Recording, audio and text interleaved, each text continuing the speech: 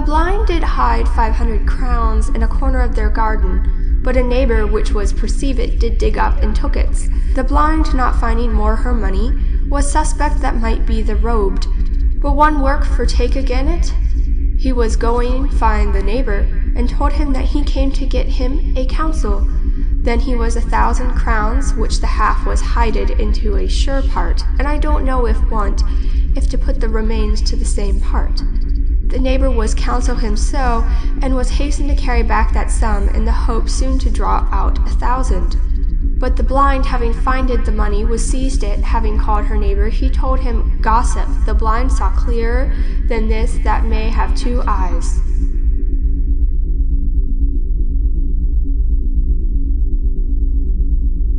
Some propositions bring no increase to our knowledge.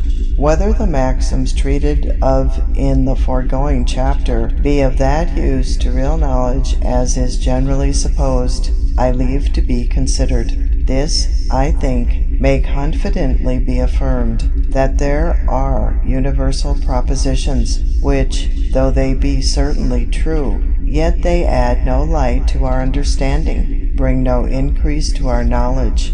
Such are, 2, as, first, identical propositions. First, all purely identical propositions.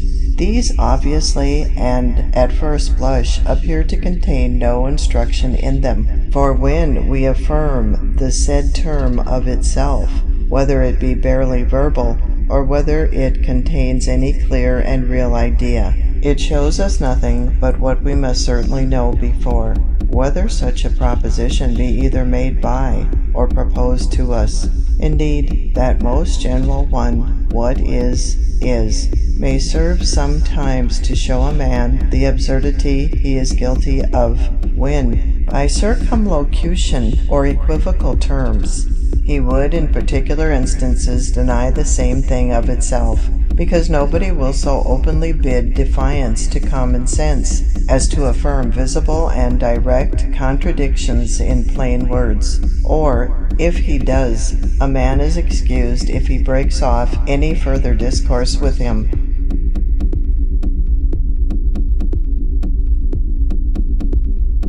My uncle what will to treat her bishop in a great sumptuousness. He was go Avignon, for to buy what one not should find there, and he had leave me the charge to provide all things. I have excellent business, as you see, and I know something more than to eat my soup, since I know do to prepare it. I did learn that it must give to the first, to the second, and to the third service, by dishes that want to join, and yet something more, because we does pretend make a feast at 4 services without to account the dessert. Goodbye, my dear sir, etc.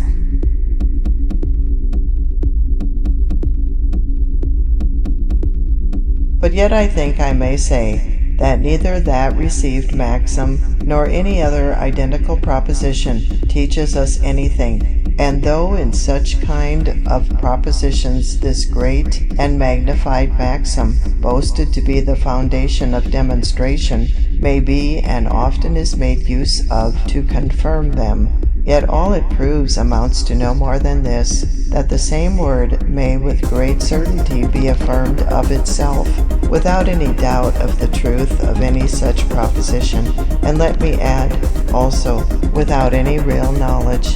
3 examples. For, at this rate, any very ignorant person, who can but make a proposition, and knows what he means when he says I or no, may make 1,000,000 of propositions of whose truth he may be infallibly certain, and yet not know one thing in the world thereby.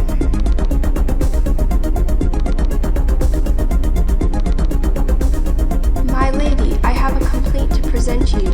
So much happy that might be one's self. One have not all there's eases in this world. Your letters are shortest. You have played wonderfully all sentiments, less her prattle, etc.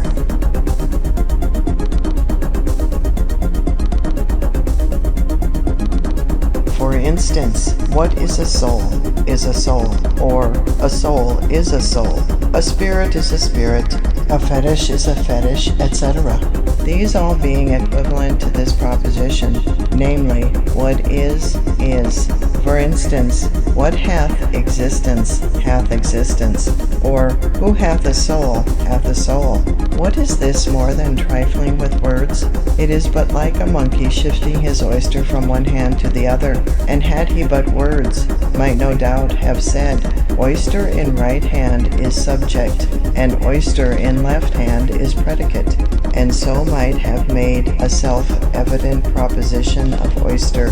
For instance, oyster is oyster, and yet, with all this, not have been one whit the wiser or more knowing. And that way of handling the matter would much at one have satisfied the monkey's hunger, or a man's understanding, and they would have improved in knowledge and bulk together. For, secondly, propositions in which a part of any complex idea is predicated of the whole.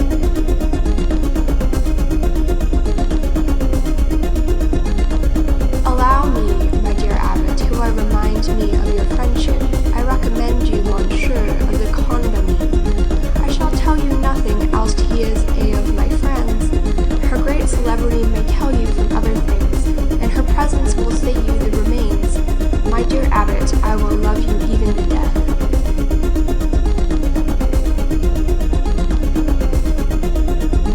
Another sort of trifling propositions is when a part of the complex idea is predicated of the name of the whole, a part of the definition of the word defined.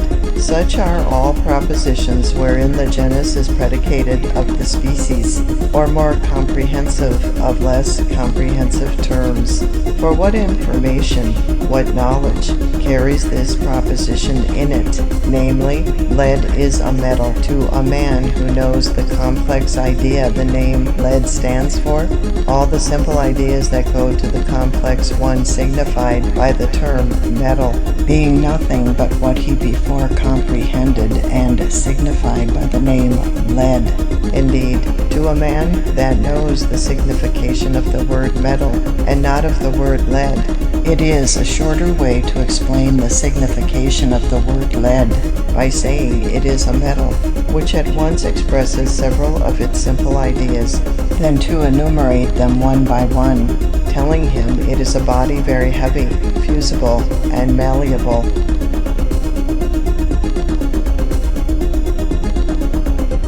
Cutler, a very rich man, too many avarice, commonly he was travel at a horse, and single for to avoid all expenses.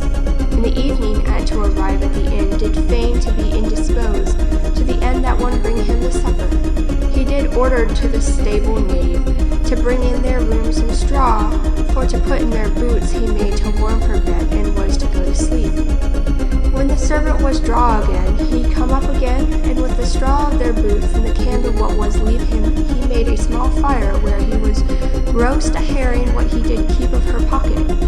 He was always the precaution one to provide himself of a small of bread, and one bring up a water bottle, and thus with a little money.